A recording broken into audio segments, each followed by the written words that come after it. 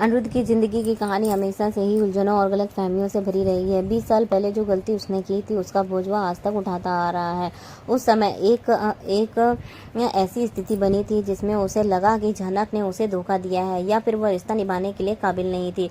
उसकी अपनी सोच और परिस्थितियों के कारण उसने झनक को कभी अपनाया ही नहीं। उसने खुद को यही यकीन दिलाया था कि बच्ची उसके सामने वह उसकी नहीं हो सकती। इस तरह एक गलतफहमी ने उसके और झनक के रिश्ते को हमेशा के लिए तोड़ दिया। लेकिन यह समय के साथ जब नूतन और पराशर सामने आए और झनक की बेटी का नाम भी झनक ही रखा गया तो अनिरुद्ध का भ्रम और गहरा हो गया। उसे हमेशा लगता रहा कि असली झनक उसकी ज़िंदगी नहीं है वह, बल्कि यह बच्ची पराशर और नूतन की है। इतने वर्षों से अनिरुद्ध ने अपने मन को उसी भ्रम में रखा, लेकिन किस्मत के खेल किसी से छुपे नहीं रहते। झनक की ज़िंदगी में एक बड़ा हादसा हो गया जिसने न सिर्फ उसकी हालत ख़राब कर दी बल्कि पूरे परिवार को हिला कर रख दिया। झनक को अस्पताल पहुंचाया गया और उसको लगा कि उसकी जान पर खतरा मंडरा रहा है। अस्पताल का माहौल बहुत भारी था। डॉक्टर एक तरफ इलाज में जुटे थे, वहीं दूसरी ओर परिवार के लोग चिंता और गुस्से में उलझे हुए थे। सबसे बड़ा झटका तब लगा जब पराशर ने पुलिस में केस दर्ज करा दिया। पराशर का आरोप साफ था कि गांव की एक सीधी सादी लड़की से शादी करके ऋषि ने उसे शहर लाकर धोखा दिया और अब अपनी गर्लफ्रेंड के साथ शादी करने के लिए उस लड़की को ठुकरा दिया। पराशर ने पूरी ताकत से पुलिस को सबूत दिए ताकि ऋषि को सजा मिल सके। इस पूरे मामले में ऋषि की मुश्किलें बढ़ गईं। जहां एक तरफ वह अपने रिश्ते को बचाना चाहता था, वहीं दूसरी तरफ कानून की दीवार उसके सामने खड़ी हो गई थी। झनक की हालत लगातार नाजुक होती जा रही थी। पूरे परिवार की नजरें अस्पताल के उस कमरे में पर टिकी थी जहां झनक की जिंदगी और मौत से लड़ रही थी। दादा भाई, जिनकी तबीयत पहले से ही खराब थी, झनक की हालत देखकर वो और टूट गए थे। हालांकि डॉक्टरों की मेहनत रंग लाई और धीरे धीरे दादा भाई ठीक होने लगे थे। यह किसी चमत्कार से कम नहीं था, क्योंकि सबको लग रहा था कि दादा भाई अब इस सदमे को सहन नहीं कर पाएंगे। लेकिन असली खेल तो अब शुरू होने वाला था। अस्पताल में झनक की जाँच के दौरान जब DNA रिपोर्ट सामने आई तो अनिरुद्ध की जिंदगी पलट गई। उसने हमेशा सोचा था कि जिस बच्ची को वह अपना नहीं मानता, जिस रिश्ते को उसने गलतफहमी से ठुकरा दिया था, वह उसकी ज़िंदगी का हिस्सा नहीं है। लेकिन जब रिपोर्ट उसके हाथ में आई तो उसने सच्चाई बिल्कुल साफ लिखी थी कि जिस लड़की को पराशर और नूतन अपनी बेटी नहीं मानता, अब नूतन की बेटी नहीं मानता था, वह दरअसल उसी की अपनी बेटी थी। उसका दिल उस पल जैसे टूटकर बिखर गया। 20 सालों में जो अपराध बोध वह महसूस नहीं कर पाया, वह एक ही झटके में सामने आ गया। झनक की हालत देखकर उसके मन में दर्द तो था, लेकिन सच जानकर उसका दुख और बढ़ गया। उसने खुद से सवाल किया कि क्या सच में उसे अपने प्यार झनक को सिर्फ एक गलतफहमी की वजह से खो दिया? क्या उसने अपनी बेटी को इतने सालों तक पराया समझा? क्या वह पिता कहलाने के काबिल है भी या नहीं? झनक के हादसे ने पूरे परिवार को हिलाकर रख दिया था, लेकिन इसने अनिरुद्ध के दिल को तोड़ दिया। वह अपने कमरे में जाकर बार बार वही रिपोर्ट देखता और आंखों में आंसू रुकने का नाम नहीं लेते। उसने सोचा कि अगर समय रहते उसे ये सच्चाई पता चल जाती तो उसकी ज़िंदगी कितनी अलग होती। शायद आज झनक उसके साथ होती, शायद उसका परिवार टूटा ना होता।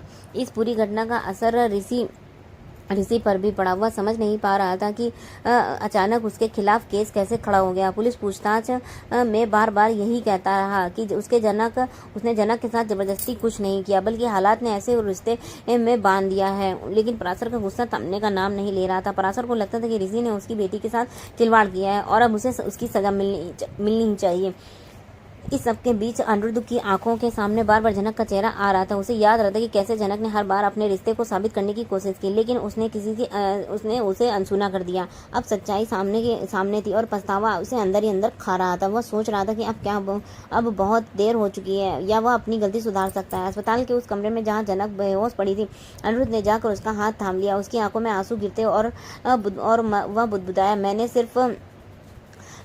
सिर्फ एक साधारण जिंदगी मांगी थी, लेकिन ईश्वर ने मुझे ऐसी परीक्षा दी कि मैं टूट कर रह गया। अगर तूने मुझे माफ़ कर दिया तो मैं ज़िंदगी भर तेरा साथ निभाऊंगा। अब सवाल यही था कि जब झनक होश में आएगी, ये सच्चाई सामने रखी जाएगी, तो वह क्या अनिरुद्ध को माफ़ कर पाएगी, या वह 20 साल का दर्द और धोखा इतनी आसानी से मिट सकता है? और क्या ऋषि पर चल रहा केस इस परिवार को ज़्यादा तोड़ देगा, या फिर सच सबको एक करने का काम करेगा? कहानी अब ऐसे मोड़ पर आ चुकी थी जहाँ हर कदम पर नया तूफान आने वाला था। अनिरुद्ध के लिए यह सिर्फ एक सच जानने की बात नहीं थी, बल्कि अपनी पूरी जिंदगी का हिसाब चुकाने का वक्त था। जिस बेटी को उसने अपना नहीं माना वह उसकी थी, जिस प्यार को उसने खो दिया वह उसकी असली ताकत थी। अब आगे क्या होगा यह किसी को पता नहीं था, लेकिन इतना तय था कि सच की रोशनी ने उसे अंधेरे को चीर दिया था, जिसमें अनिरुद्ध इतने सालों से जी रहा था। मैंने ज़िंदगी से कभी भी ज़्यादा नहीं मांगा था, बस एक सिंपल शादी, एक सिंपल ज़िंदगी और एक सिंपल ऐसा रिश्ता जिसमें सुकून और भरोसा हो। मुझे लगा था कि वह कुछ वैसा ही होगा जैसा मैंने सपनों में देखा था। मैंने एक कुंवारे लड़के से प्यार किया, यह सोचकर कि एक दिन उसके साथ साथ फेरे लूंगी, वह मेरा जीवन साथी बनेगा। लेकिन किस्मत ने मेरे मजाक उड़ा दिया। मुझे अंदाजा भी नहीं था कि मेरे ज़िंदगी में ऐसा मोड़ आएगा जहां मुझे एक डिवोर्सी के साथ शादी करनी पड़ेगी। मेरे लिए यह सब एक बोझ बन गया था। अदिति बार बार यह साबित करने की कोशिश करती कि वो डिवोर्सी नहीं है, उसका रिश्ता अभी अधूरा है, पर मेरे मन में उसे कभी स्वीकार नहीं किया। मैंने अपने दिल को यही समझाता रहा कि जब मैंने इस शादी को अपने मन में नहीं माना तो यह शादी मेरे लिए अस्तित्व ही नहीं रखती। मेरे लिए यह रिश्ता सिर्फ मजबूरी था, और मजबूरी के रिश्ते कितने दिन टिकते हैं यह सब जानते हैं। मैंने अपने मन में ठान लिया था कि इस रिश्ते को कभी मैं वैधता नहीं दूंगा, क्योंकि मेरी आत्मा इसे स्वीकार नहीं कर रही थी। कल की सुबह मेरे लिए एक और परीक्षा लेकर आने वाली थी। मीटिंग और इंटरोगेशन का सामना करना था। वहां पर मुझे सच बोलना ही होगा। मैंने निश्चय कर लिया था कि अब और झूठ और या बनावटी नहीं जी पाऊंगा। मैं सबके सामने जाकर साफ कह दूंगा कि मेरे साथ कितना बड़ा धोखा हुआ है। मैं ये स्वीकार करूंगा कि मेरी भावनाओं के साथ खिलवाड़ हुआ है और मुझे एक ऐसे रिश्ते में धकेल दिया गया जिसे मैंने कभी चाहा भी नहीं था। मैं यह भी मान लूंगा कि मैंने उस लड़की को कभी पत्नी नहीं माना और ना ही कभी मानूंगा। मेरे लिए वह रिश्ता सिर्फ कागज पर है, दिल और आत्मा से नहीं।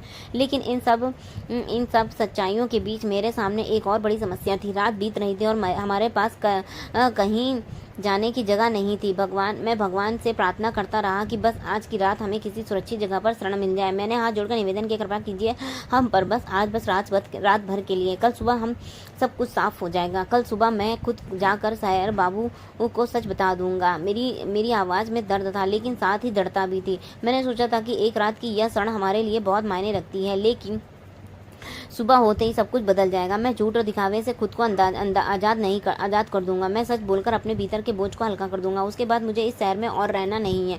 सैर बाबू ने सच के सामने सच रखकर सबको बताकर कि मेरे साथ क्या हुआ है। मैं गाँव लौट जाऊंगा, वहाँ शायद मुझे थोड़ी शांति मिले। लेकिन यह फैसला लेना जितना आसान लग रहा था उतना नहीं था।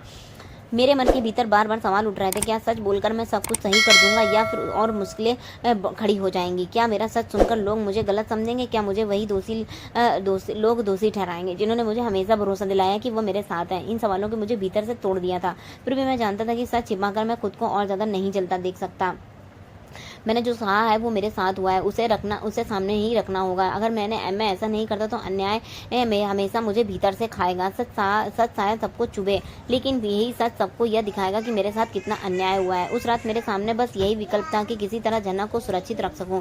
वह मेरी जिम्मेदारी थी। मैं भगवान से विनती करता रहा कि उसे सिर्फ एक रात की शरण मिल जाए, सुबह तक सुरक्षित रहे। यही मेरी सबसे बड़ी दुआ थी। मैं जानता था कि इस परिवार और इस रिश्ते के बोझ तले वह और टूट जाएगी, लेकिन अगर एक रात भी उसे चैन मिल गई तो शायद अगली सुबह उसके लिए उम्मीद की किरण बनकर आए। मेरी आंखों के सामने बार बार अतीत घूम रहा था। मैं सोचता रहा कि अगर शुरुआत से मैंने किसी और का रास्ता चुना होता, अगर मैंने अपने लिए फैसले खुद लिए होते तो शायद आज ये नौबत ना आती। शायद मेरी जिंदगी साधारण होती जैसी मैंने चाही थी। लेकिन अब बहुत देर हो चुकी थी। मुझे वही करना है जो सही था। मैंने साफ कर दिया कि कल सुबह सबके सामने सच रख दूंगा। ये स्वीकार करूंगा कि मेरी जिंदगी जो भी हुआ वो मजबूरी थी, लेकिन आज रात के लिए मैंने किसी अग्नि परीक्षा से कम नहीं है। मेरे मन में बार बार यह सवाल गूंज रहा था कि क्या सच बोलकर मैं आज़ाद हो जाऊंगा?